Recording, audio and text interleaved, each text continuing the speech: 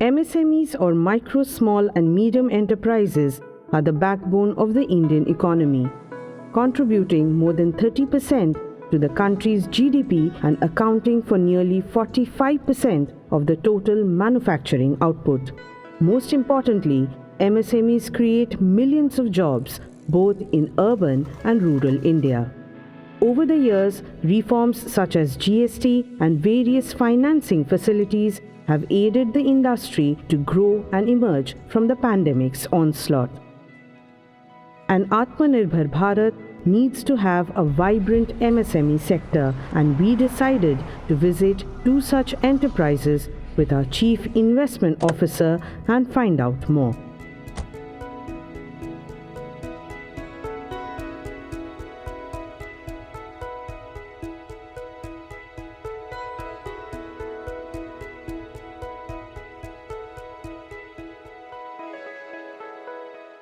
Mahesh, what makes MSMEs the growth engines of Bharat? MSME is also called the micro and small and medium enterprises. So they form a very integral part of India's economic growth. I mean, currently they constitute around 32% of the GDP, but that ratio has been increasing. And if you look at MSME, I mean, they are integral part in creating employment, within the country, because a lot of these small and medium enterprises, they are more labor intensive. And currently, if you look at it accounts for almost 65% of the total employment generation in the country, and approximately around 18 crore people are employed in the sector. So that's very important for employment generation in a country where we are adding every year a large population to the working class population. Also, if you look at the MSME sector, plays a very important role in the export. Yeah. There are quite a few MSMEs which are there on the exports, and currently almost 45% of India's exports are coming in from the MSME sector. And especially at a time when India is looking to displace China as a part of the global supply chain, they can play a very important role over there. I think the large companies can't survive without the MSME, which provides more cost-effective supply chain and very timely. For scaling up or upgrading facilities, MSMEs, it's been a bottleneck for them for a long time. What kind of initiatives or facilities are provided in India to the MSMEs to have access to finance? I think over the period of time, we have seen various schemes from the government to really provide capital credit to the MSME sector. So we have the Pradhan Mantri Mudra loan, collateral-free loan to the MSME sector. There's also the credit guarantee scheme for MSME sector, right, which is also another line of credit on a collateral-less kind of a credit. Where the government provides credit guarantee up to 75%, which has also enabled more better financing to the sector. Also on the for financing the initial capital investment, there is a capital promotion scheme which is there, up to 15 lakhs. So which provides initial seed capital for plant and machinery which is required for the sector. So there are some of these schemes which are, there's also a scheme for innovation. And how robust is the, SME exchange, because a lot of them also tap into through, equity capital. So now there is a platform, which is there for small and medium enterprises to tap the capital markets through the SME exchange, which in the last 3 years has seen a huge growth. I mean, there has been an increased participation from retail investors. We talk about retail participation into the larger exchanges, but this exchange has also seen a lot of vibrancy, and where these small enterprises can get the initial equity capital for their growth. So Mahesh, what is the potential of MSMEs for India becoming a self-reliant economy? As Indian economy grows, we don't want to depend on import, because that will really expand our current account deficit. So it's important to promote domestic manufacturing. A lot of the global players are setting up capacities in India, right? Whether it is Apple or Google. So they are creating an ecosystem over here, which requires a lot of ancillaries, right, to supply to the various components. So that's where the MSME are able to quickly adapt, because they're very nimble in that sense. Mahesh, what are some of the emerging sectoral opportunities that one can see in the MSME segment, like electronics manufacturing, for example? So could you throw some light on this? Yeah, so I think the government has identified a few sectors, right, where you want to really build up large-scale manufacturing through the PLI schemes.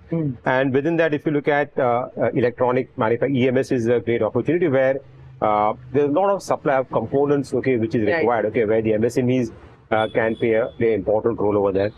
chemicals is another sector, right? Okay, which has been doing well. Apart from that, auto ancillary is another sector where India has done tremendously well over there in the past, both in the export market as well as the domestic market. Okay, great. So then let's go inside and find out more. Let's go. Our first stop was the Maharashtra Industrial Development Corporation, or the MIDC region in Pune, to interact with the founder of Pai Brothers Engineers Private Limited. A first-generation entrepreneur, Mr. Laxminarayan Pai, one of the founders of Pai Brothers, is someone who has seen the industry evolve. A manufacturer of high-precision parts, Pai Brothers caters to a wide range of industries, including automobiles, defense, aerospace, and healthcare, among others. You have been a first-generation entrepreneur, right? And so what made you actually start on the entrepreneurial journey? And when did you start this business? We started 1986, two of us, me and my brother. Entrepreneurship is there in our DNA, perhaps. My father was a businessman, but not successful businessman, but he was very encouraging. So we started our industry when we saw our friends were getting jobs in good companies. We had a vision that we should have a service industry where we can cater to the industry where there will be continuous growth. Also, something which can be automated, which people can run for you. You will see the industry from distance and how it grows. And technology was also evolving. When we started it, because automotive had a volume. Right. So we focused our energy towards getting more products of automotive industry. Today, we are catering to all verticals of engineering, including two-wheeler and non-automotive, medical, drone, you talk about space, you talk about aerospace. We do components for everyone where there is criticality. 30% to 40% of our products are exported. We are going to see. No, I think we have seen the MSME sector being a large exporter also, which I was surprised to see the data, right? Almost 45% of export from the MSME sector, right? Which shows the capability, engineering and quality, because for exports, your quality has to be really up to the mark. I think that shows the maturity of the SME sector. Exactly. Actually, I can say today, young generation want to be in a startup. They want to be in that segment where there is a value addition and they can do more value for money. Right. And they are growing. While you were in this journey, right, you have been a first generation entrepreneur. You talked about financing was one of the challenges, okay, which is typical, okay, for banks don't tend to. Now we have various schemes by the government, but what are the other challenges typically for small entrepreneur when he starts, and what you face, and how things have changed in the last, say, 10 years? So you see any change here for any new entrepreneur coming in now and starting up a new small enterprise? When we started, it was a very difficult times. There was no support from anywhere to start the industry, not from government side or from bank side. But if you talk today's time, yes, there are a lot of options. There are a lot of, money is easily available, perhaps without collateral also. Yes. So it is the right time to become an entrepreneur. But the capital investment is huge. I don't see, unless you have some capital support, yes, getting off your own with only technology is going to be a challenge. You will need some VC to fund you to start up. But that's the initial when you set up. Yeah. After that, when you start the journey, okay, what are the challenges if you want to scale up and grow? What are the challenges, what you face, and how things are different, if you can highlight that? Oh, surely. The technical guys are big zero at the commercial or finance aspect of it. Yeah. We are very emotional when it comes to technical thing, but money has no emotions. So I believe that with the funding, and if you plan properly, you have, with the government policies, which are nowadays very supportive. Like in our times, the payment term used to go 60 days to 90 days to 120 days. And if it goes beyond 90 days, they would ask us to give a hundi, and hundi, they would deduct another 1% and lend us money. So it was a very difficult times. Today, the scenario has changed. So access to finance, at least working capital, is much better with the company. Much easier. Right. Any of your asset, you can get a funding today, which was not the case. Which was not the case in our time. So I believe with the introduction of GST and government's focus on MSME, perhaps I see a good future for MSME and for the startup. As we took a round of the manufacturing facility at Pai Brothers, we are informed that the demand over the years has grown significantly of India-made products, and brand India is more acceptable in the international market. And Indian MSMEs are integral to this transformation taking place. With this detailed perspective from Mr. Pai, we then headed to meet award-winning businessman and first-generation entrepreneur Mr. Prakash Jagtap, the founder and chief managing director of Saj Test Plant Private Limited.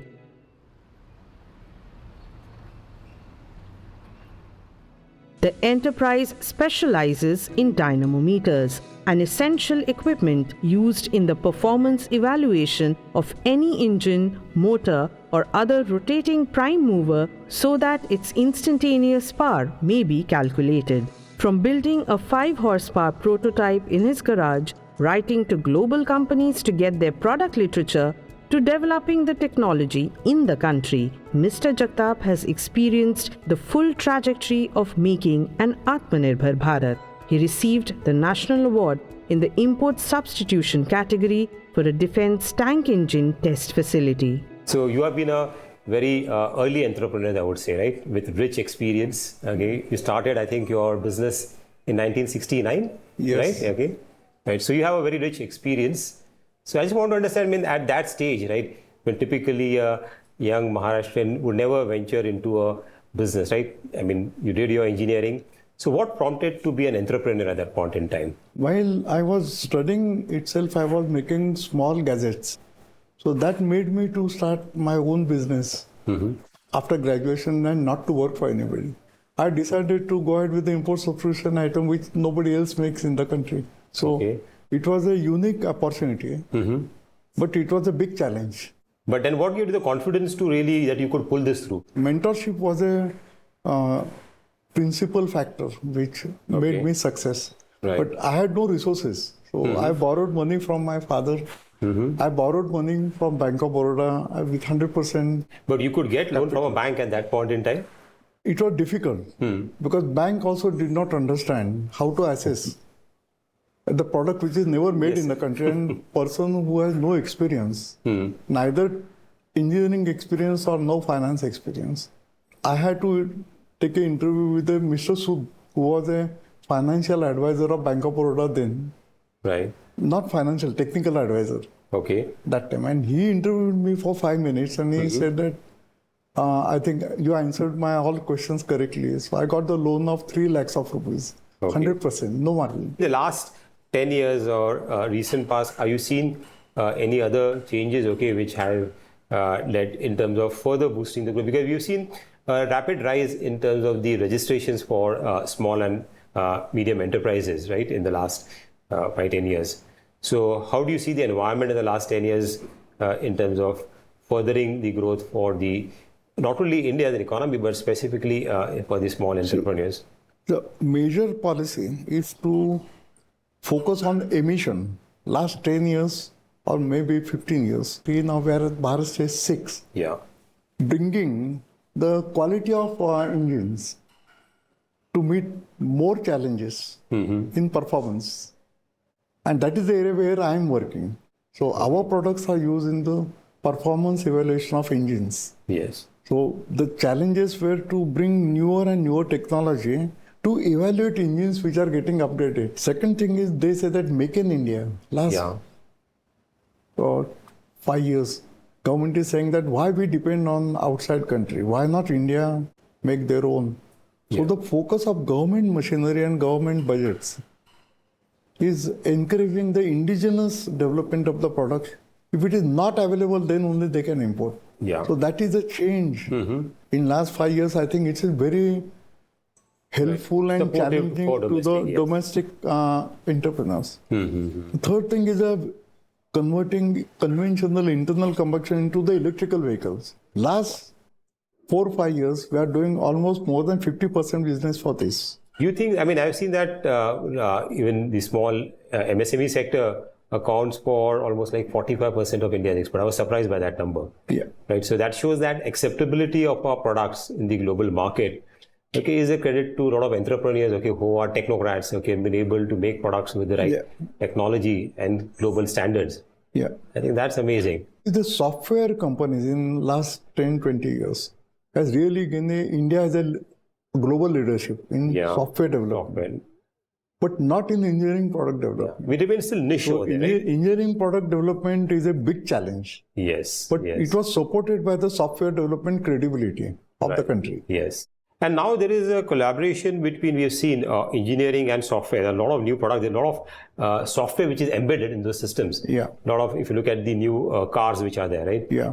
Advanced car, autonomous car. Yeah. So a lot of, there is a confluence of engineering capabilities and software in the product. So I think that is a good combination for India, right? Because you've got good in the software services and engineering capabilities also that we can really make that transition, okay, in where the world is changing. Going forward, as we venture, okay, as India wants to become one of the large economies, and there's opportunity also which is there. You talked about Make in India, right?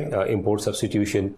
Also, global supply chains are also trying to move away from China or other areas and look at India. So how do we see the role of MSME in terms of leading that change? Okay, where do you see that? First important thing is the skill retention, skill building of the people working in each aspect of the product line. So that's very key.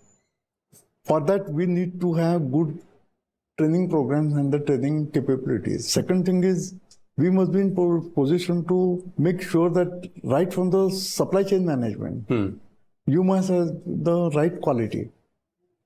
The supply chain, not you alone, but your supply chain management also has to have quality and delivery on time. We are still having problem with the quality is the issue. Second is the delivery time on time. Then making sure that it performs properly on the site infrastructure. Right. So these are the challenges if any industry can meet from concept to commissioning. Okay. If you can build those skills, you are successful. If you build only concept and no solution, we lag behind. It's really interesting to understand your journey, right? I mean, you're a self-made man, okay, and build this enterprise and kind of a role model for others, right? As you said, you when you were there, you had role models, okay, to look forward to. I think you are a role model yourself for any entrepreneur who wants to start off. Great, sir. Pleasure talking to you. Yes. The MSME segment is vital to India's vision of becoming the third largest economy by 2027, encompassing diverse industries and supply chains, and with 100% FDI now allowed under the automatic route, India is poised to usher in a new era in manufacturing.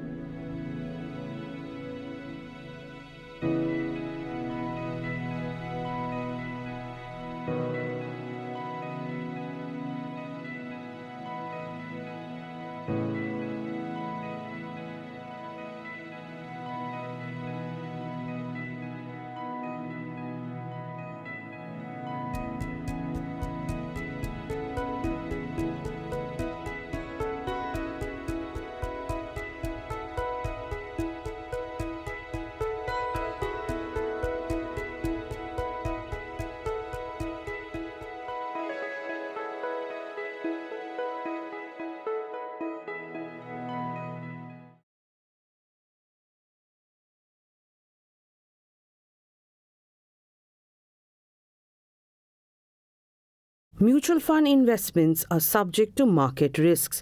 Read all scheme-related documents carefully.